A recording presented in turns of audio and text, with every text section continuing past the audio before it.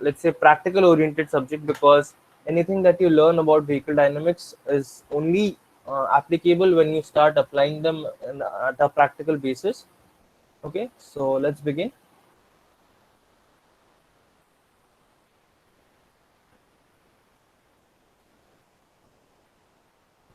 Okay, I hope you are all able to see my screen right now. If anyone is unable to view my screen, please say so in the chat box. Okay, so I think the screen is now visible. So let us start the workshop.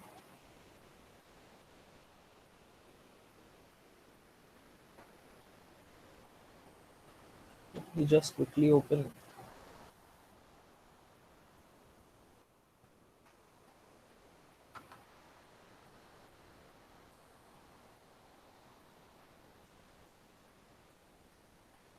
Okay, so steering geometry.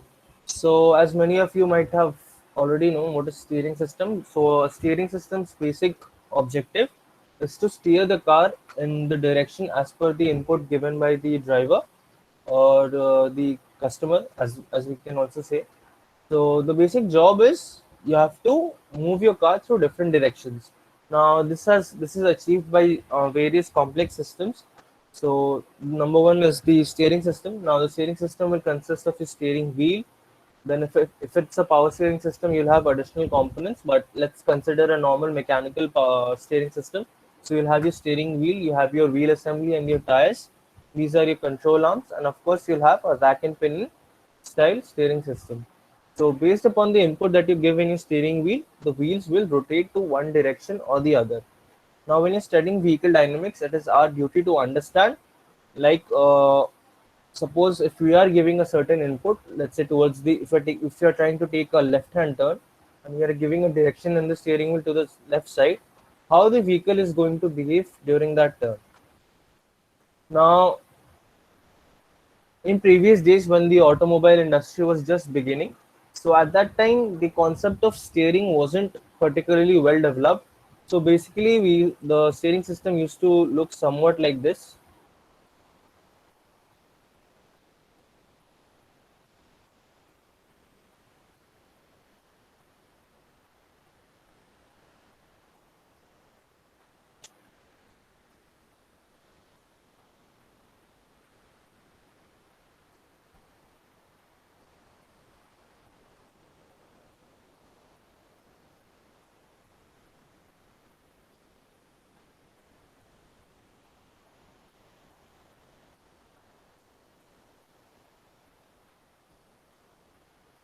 So if these are your four wheels, you used to have your steering system somewhere around here connected, and the steering rack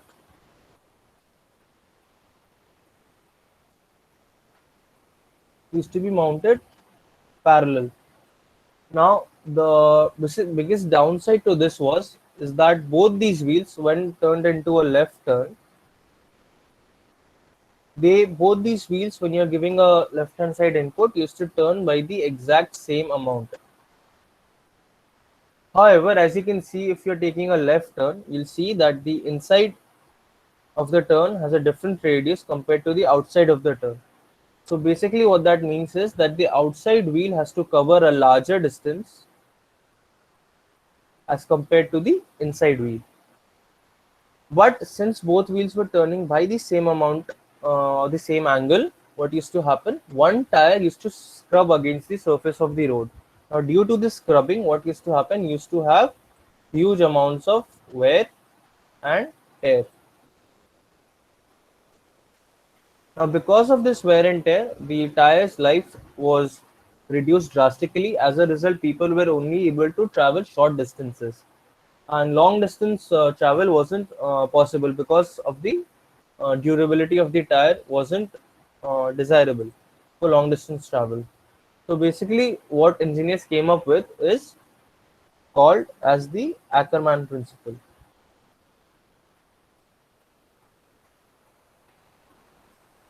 So what does the Ackermann principle state? Now the Ackermann principle helps the design engineer or the engineer working on the vehicle. It said that in order for anyone to achieve this ideal steering input where the tires don't scrub against one another, one wheel has to turn a lot more compared to the other wheel. That is, let's say if you're taking that same left hand turn, then the inside wheel has to turn by a greater amount as compared to the outside wheel. Why? Because your inner radius of the circle or the turn is much sharper as compared to the outside. So it has to turn by a greater amount of angle as compared to the outside wheel. So this is basically the Ackermann principle. Now, how do we achieve this? The easiest way to achieve this is, let's say this is your front wheels.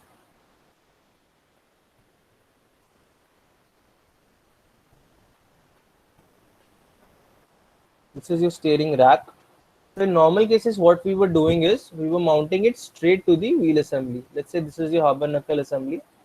Now, hub and knuckle assembly is nothing but a set of joints and brackets. So basically, if you have your wheel here, you'll have a spindle going through the rim. This is called your hub, and you'll have a certain sort of a bracket arrangement called the knuckle, on which your control arms, your steering rack, tie rods, and the other control arms will be mounted. So basically, previously, what we used to do is we used to mount the steering rack completely in line to the wheel assembly.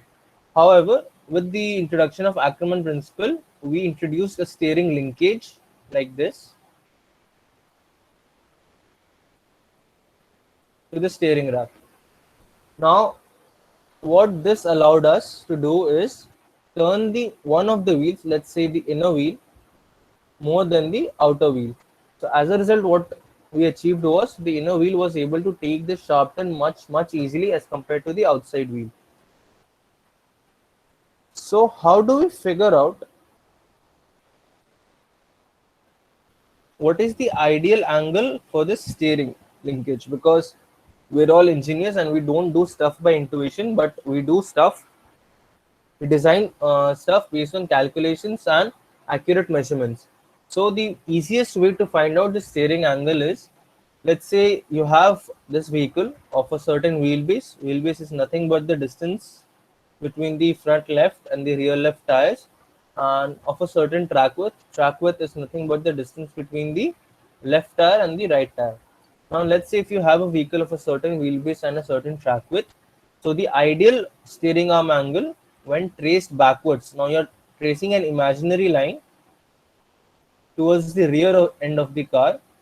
It should meet at the center point of your rear axle. Now, if you are able to achieve this, it is called as 100% Ackermann achieved.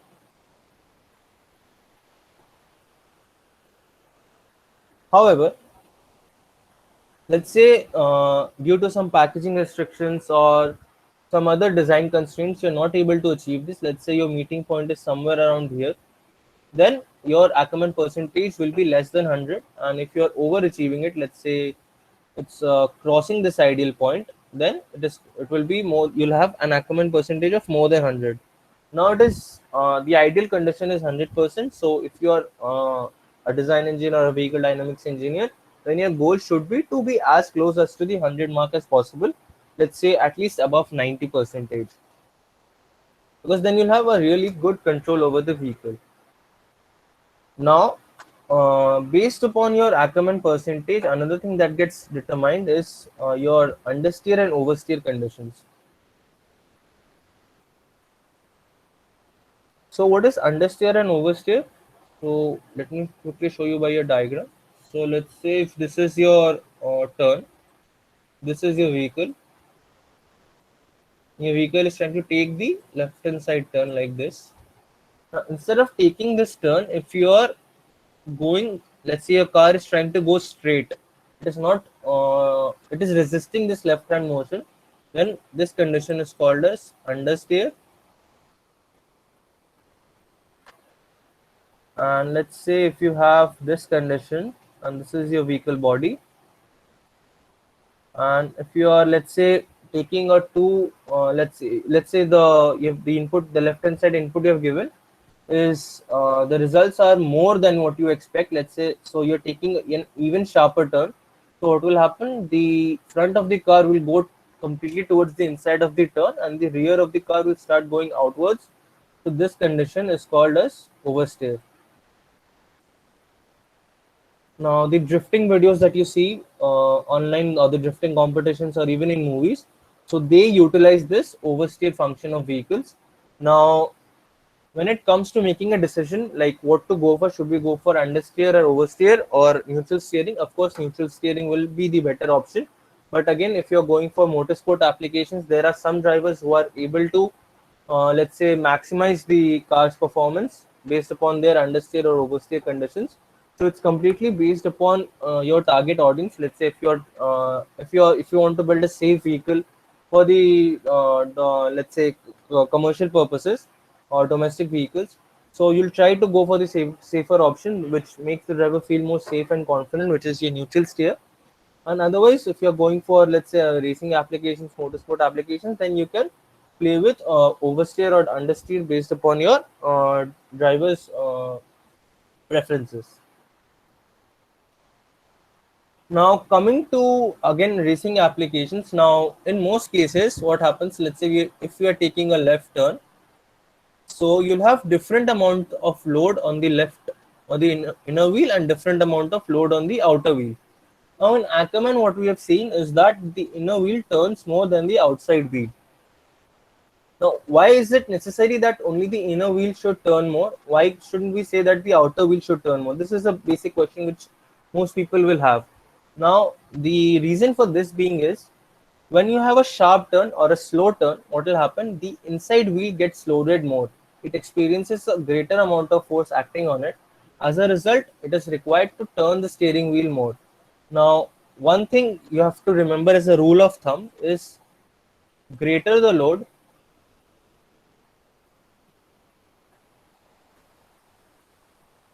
greater the load, greater should be your steering angle.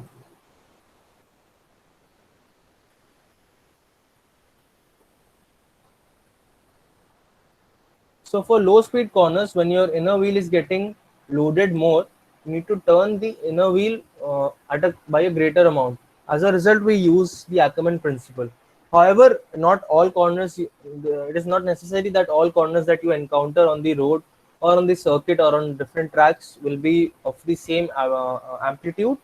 There will be, of course, many turns, especially in urban areas. On highways where you have to take longer turns, like the turns aren't as sharp and the turns are comparatively faster. That is, you can take these turns at very higher speeds. So in that case, what happens? The inner wheel gets loaded less as compared to the outer wheel. So you have now more load acting on the outer wheel. In that case, we use the principle of anti-Ackerman.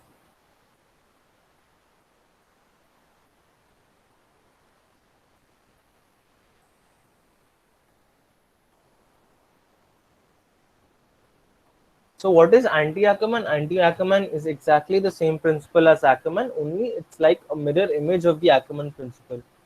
So basically in Ackerman, what we were doing is, we were inclining the steering linkage towards the rear of the vehicle, and we were tracing it back to the center of the rear axle. However, for anti-Ackerman, we'll be doing just the opposite. That is, if these are your wheels,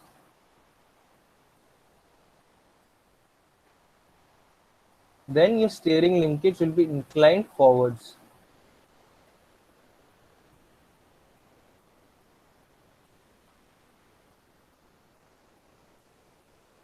And basically, how you'll measure this is, you have to measure this distance from this point to this point, and you have to take this measurement here in an imaginary plane, and then you have to trace back these lines to this point to get a certain amount of anti-Ackerman percentage.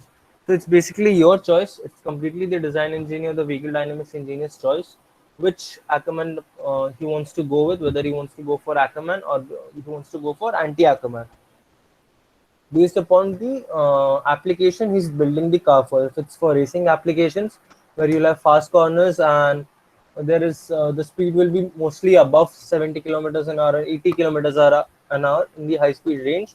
Then it's preferable to go for anti-Ackermann.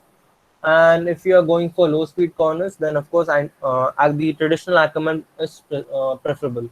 However, one more factor that we have to consider while uh, let's say deciding between Ackermann and anti-Ackermann is the concept of slip angles.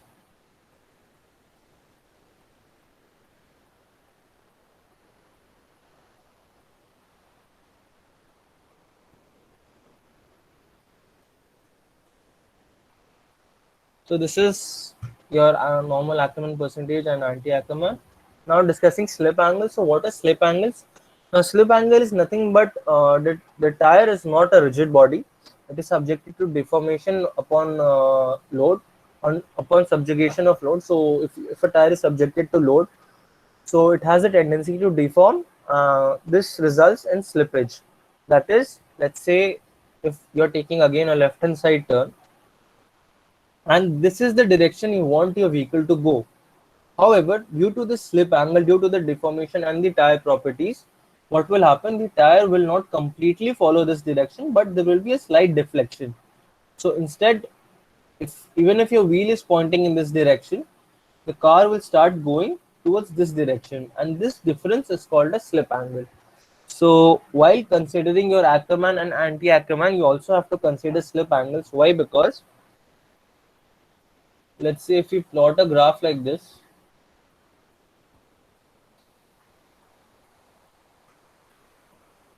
so let's say if this is your graph for grip. So you'll see you'll have a maximum point here. That is, the grip of the tire is slowly increasing till a certain point, and after this certain point, this grip completely falls and starts going below. Now this is the point where you have to maximize. That is, let's say if you are driving a safe vehicle, you'd want your car to have grip lesser than this, because this is your optimum point. But again, if you're building cars for racing applications, then you want the maximum performance out of the car, and you want to be as close to this point as possible, because beyond this point you're losing grip in your tires. So it's very important that you consider the aspect of slip angles. Now, how to determine slip angles? Now, for that you'll have to study the properties of the tire. This data is generally provided by the tire manufacturer themselves. And there is a certain testing agency called Tire Testing Consortium, or TTC, that documents this data of slip angles of different tires, which you can get. You have to buy it from them. So you have to pay a certain amount, and you have to specify the tire that you're buying, and it needs to be listed into the TTC consortium's database, and they provide you with the slip angles. Now most vehicles will have slip angle ranging from 2 to 12 degrees. So normal your let's say your domestic cars tires, which are comparatively very hard tires, they'll have very less slip angles, around 2 to 3 degrees. But tires which such as your Formula One tires, or your the ones that you use for Formula Student, that is your Hoosier tires, they'll have comparatively higher levels of slip angles. So you have to first decide what sort of a steering geometry you're going for, whether you want to go for Ackermann or anti-Ackermann, then determine your understeer and oversteer conditions based upon your driver's input, and then you have to consider the slip angle data, and then only you can optimize the steering kinematics for the vehicle.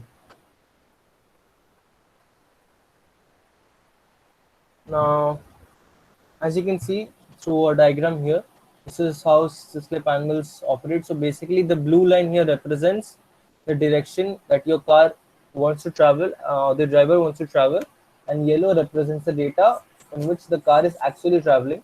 You'll see there is a considerable gap here. Now when we are computing it with Ackermann and anti-Ackermann, let's say you have designed this vehicle for anti-Ackermann. Now in anti-Ackermann, we have seen that the outside tire will turn more. Now, since you are having the concept of slip angles, as you can see, you have a greater amount of slip angle on the outside of the tire. So, let's say the maximum, as you have seen in the graph, you'll have a tipping point. Now, let's say your tipping point around here is 45 degrees, and you've already designed your vehicle for 45 degrees.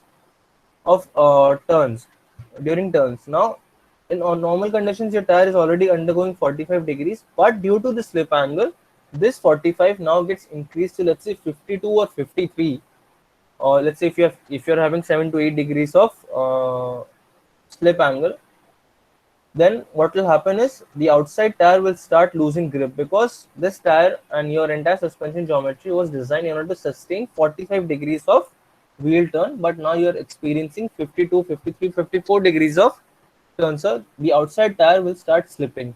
So you need to be very careful. So while designing your Ackerman and anti-Ackerman, and be sure to consider the slip angle, because let's say if you have 7 degrees of slip angle and you've observed that beyond 45 degrees tire starts slipping, then you should ideally be designing the suspension system of the vehicle in such a way that the outside of the tire at maximum turns around 37 to 38 degrees, so that you can then have that 7 to 8 degrees of tolerance between your tire's actual turning angle and the tire angle induced by the slip angles. So till now, if anyone is having any doubts, okay, you can put them in the chat box. I can already see.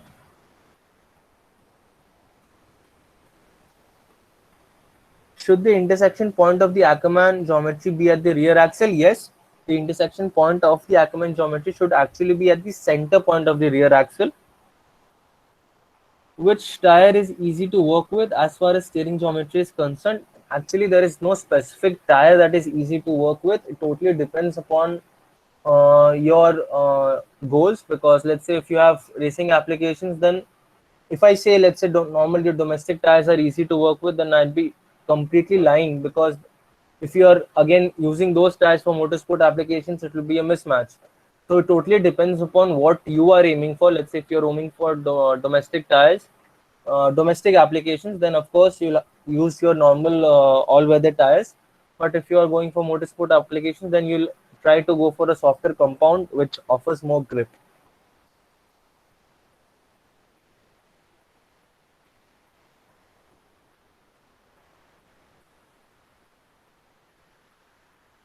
Can you tell the tire chart which manufacturers will give us? No, actually, I do not have access to the tire chart because I haven't bought it myself. But yes, if you are looking for the tire charts, you have to contact the TTC Tire Testing Consortium. You can find it on Google, and then you can mail them regarding your requirements.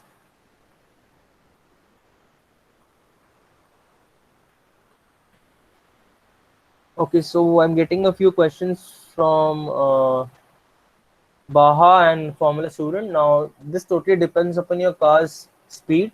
Let's say if you are using a normal 370cc engine or the 350cc engine, which is mostly used in Baha, that is your Briggs and Stratton, and even for Formula Student, that I guess most of the Indian teams use your KTM RC390 engines. So what happens is you'll be mostly taking your turns at speeds of around 30 to 40 kmph, which is considerably low. So I'd prefer go for Ackerman, the traditional Ackerman. Try to, let's say, ignore anti-Ackerman, because anti-Ackerman is basically used for very high-speed applications. Otherwise, it is not preferable, because the outside tire is undergoing a lot of turn. So try to avoid anti-Ackerman, because most of the Formula Student competitions are very low speed motorsport competitions. So, and in the low speed, as we have already seen, the outer tire gets loaded much lesser compared to the inner tire.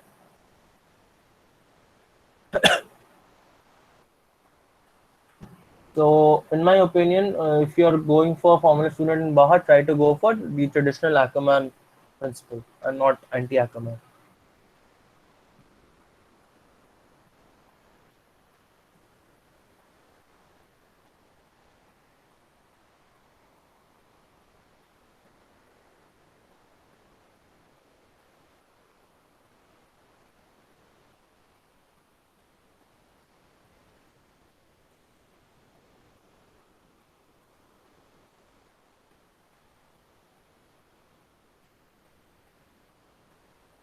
Okay, so I have one question. How the inner wheel will be loaded more than the outer, as there is load transfer towards the outer wheel while taking a turn? so the outer wheel will be loaded more. Yes, you are partly correct. Yes, when you're taking a turn, there is a load transfer occurring at the outer wheel. But what happens is you have to also consider the speed that you're running the car. So based upon the speed, I'd say the loading of the tire changes. Let's say if you're taking a very slow turn, like if you have to taking like I'll be talking in terms of, let's say, Formula One. So let's say if you're taking a turn in Monaco, what will happen is the turns become very slow in Monaco. That is around 60 to 70 kilometers an hour, especially right before the tunnel, I guess. So you'll see mostly the Formula One teams switching between Ackerman and Ackerman when compared to Monza to Monaco. Why is this? Because when you're going inside a turn at very slow speeds, you'll want the inner of the, let's say if it is a left turn, the inner left wheel needs to drive the vehicle out of the turn. It's very difficult to explain without like if you actually step into a vehicle and drive a slow turn, you'll realize this concept much better. But try to, let's say, visualize this part.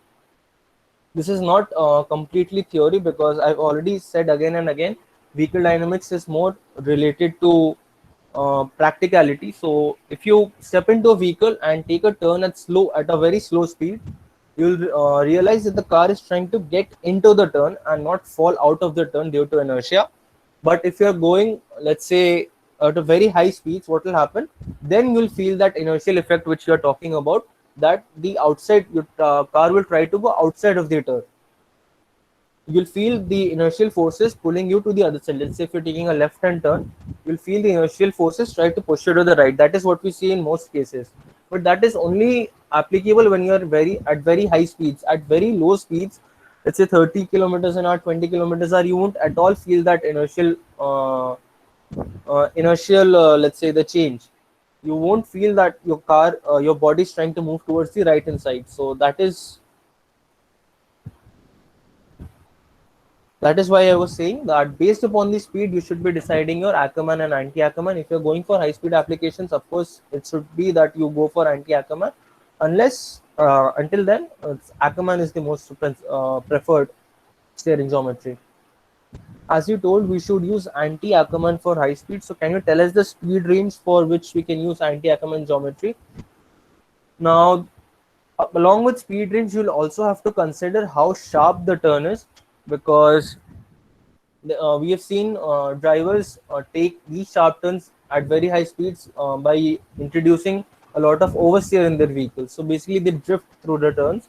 So the ideal speed range, I would say, like for Ackerman, will be between 10 to 60 to 70 kilometers an hour, and above any turn above 70 kilometers an hour should be considered as a high speed corner based upon like normal terms. I'm not talking about Formula 1. The low speed and high speed dynamics change by a great amount, so don't consider Formula 1 when you're considering normal road going cars.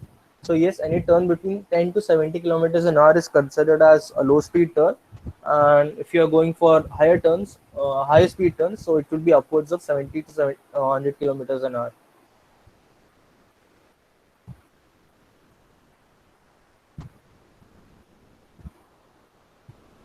What should be the range of the scrub radius for Baja? Now, not just for Baja, I'm talking in general. The scrub radius should be as low as possible, but it should not be zero. Now, to better understand scrub radius, will require a separate workshop, but I'll tell it to you in brief. So, basically, what a scrub radius is, if this is your tire, this is the tire center line, these are your control points, and if of the control arms, these are the mounting points of your control arms. This is your hub, and this is your knuckle assembly. So basically, if you draw an imaginary line through the intersection points of the mounting points, you'll have this line. So this distance is called scrub radius. So basically, what the scrub radius does, it generates a certain amount of frictional force when you're trying to turn the tire. Now, this frictional force will have a set of advantages as well as disadvantages. The advantages of having scrub radius is, number one, feedback. That is, your driver will have an idea of what sort of a turn he's going into, what is the amount of grip the road is offering, and how fast he'll get an idea of how fast he can go into that corner. Feedback is very important for a driver, because until unless he receives the feedback from the road, he won't be at all confident going into the turn. However, there are certain set of disadvantages too. The disadvantages, since there are frictional forces being generated, the driver will require a lot more effort to turn the vehicle. Now, if you have power steering, then it's all well and good. You won't necessarily identify how much extra effort you're having to give in. But if it's a manual steering, or like you have your in your Formula student competitions, then the driver will have to exert a huge amount of effort to turn the steering wheel. So as a result, he'll have much more fatigue. So I'd say the ideal range should be around 12 mm to 25.4 mm. So just below 1 inch should be your ideal range. But to achieve this, it's very difficult, because due to the loading conditions, let's say if you have designed your vehicle to be of around 200 kgs, but after manufacturing you find that it is around 220 or 230 kgs, then you'll and measure your scrub radius, then you'll find that the scrub radius that you designed the vehicle for is not actually precise. So again, you'll have to make certain adjustments. But yes, try to be in this range, 12 mm to 25.4 mm range. That should be your ideal scrub radius.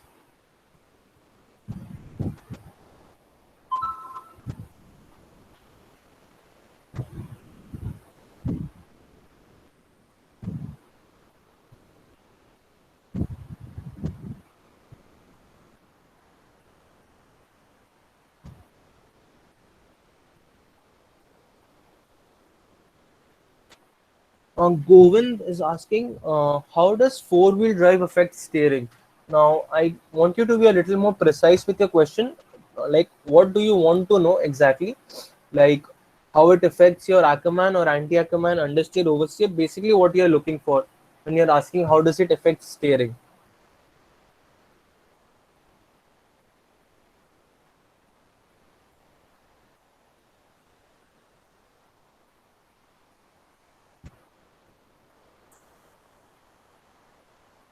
Now all wheel steering is nothing but, instead of having just two steerable wheels, you'll have four steerable wheels. So basically,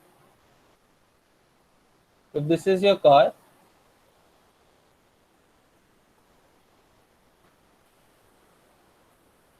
so normally what happens, your rear wheels are only designed to go straight and they are not steerable.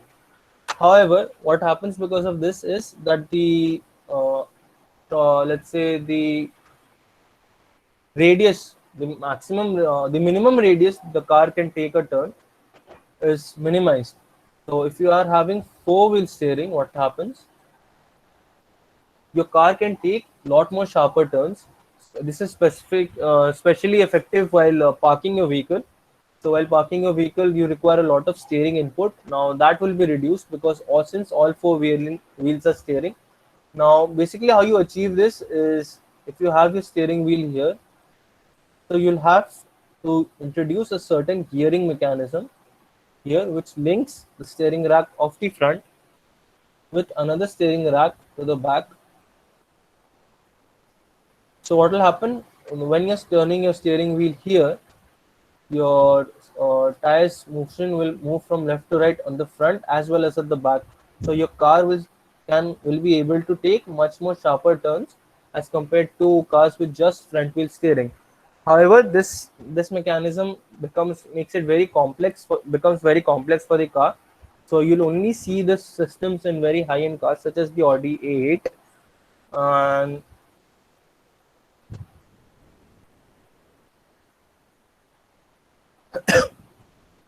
you mostly won't find it in normal domestic cars, because this system is very complex to manufacture and design, and even it is very difficult to drive, because you'll need a certain amount of training to let's say calibrate yourself with that additional steering output that you'll get. based upon your steering inputs.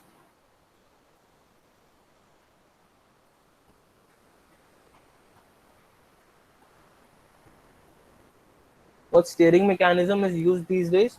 So nowadays the steering mechanism is mostly power steering. Now power steering is also of two different kinds.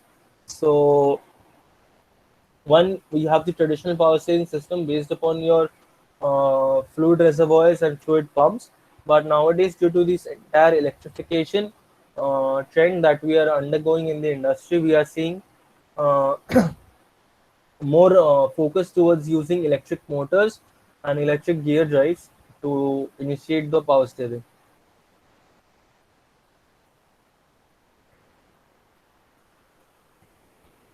Uh, Yashodeep, I guess you have missed the term. I was talking about cornering at 70 kilometers an hour. Now, it's one thing going straight more than 70 kilometers an hour, and it is one thing cornering at 70 kilometers an hour. So if you try to corner your SUVs at 70 to 100 kilometers an hour, there's a very very high chance that your car may topple over. So mostly we don't corner SUVs at around 100 kilometers an hour. So most of the road vehicles that you see, the sedans and the SUVs, generally corner around 50 to 70 kilometers an hour in that range. So mostly these cars are designed with Ackermann geometry keeping in mind. Anti-Ackermann, even for high-speed corners, you can use. I'm not saying you cannot use Ackermann principle. You can still use Ackermann principle for high-speed corners. Anti-Ackermann is very, very limited to just very high-speed cornering conditions in Formula One or your World Rally Championship. So mostly, very high-end applications require anti-Ackermann principle, and your normal road conditions do not require any usage of anti-Ackermann principle.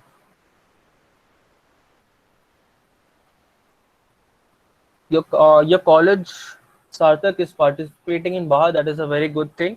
Now, to explain you the every step of the steering geometry will require a huge amount of time, which we don't have for today's workshop. But being at Ziksha, we always look forward to having students and helping them to solve their problems. We are also organizing an extensive 4 to 5 days workshop on vehicle dynamics, which will not just cover this aspect that we discussed today, but will cover the entire design and development of suspension and steering systems starting 31st of October. So you can get in touch with us if you're looking for such an extensive workshop where you want to learn each and every step of the design and development procedure that goes on for designing your suspension systems and your steering systems. And we'll be glad to help you out with the content.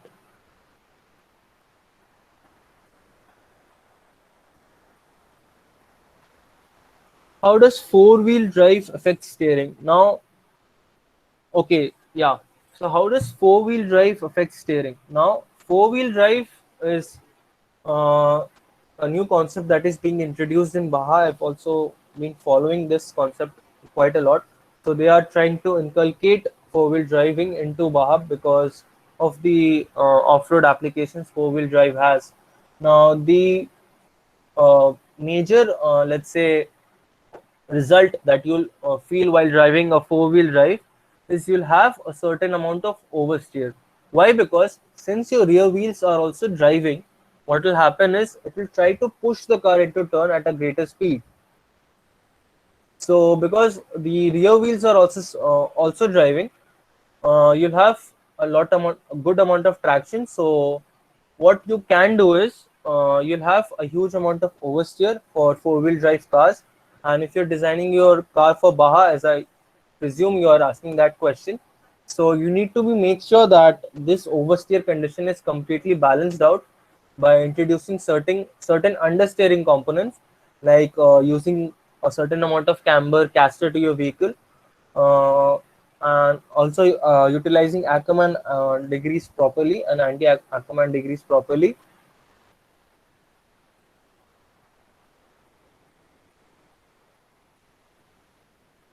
Can you give a proper list of all the terms we have to consider while designing steering geometry for FSA cars? Now there are n number of terms.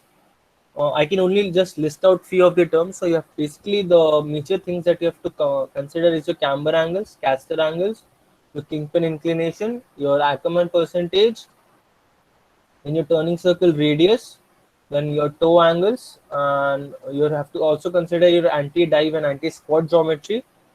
And apart from that, you have to consider your steering effort, your motion ratios for your suspension systems, your spring rates, your roll rates. So as you can understand, there are n number of terms, and we do not have the time to list all of them today. So if you're looking for that extensive workshop, you have to join with us on 31st of October, that is this month itself, at the end of this month, for an extensive vehicle dynamics workshop. There you'll be able to understand how each of these terms interact with each other, what role does each of these terms play when it comes to the motion of the vehicle. Okay, so I guess we have completed our session for today, and please submit your feedback so that we can better create the content as per your needs. And if you are further interested in learning vehicle dynamics and in detail, and if you wish to learn each and every step of vehicle dynamics, please join us on 31st of October for an extensive 4-day workshop on vehicle dynamics. Thank you.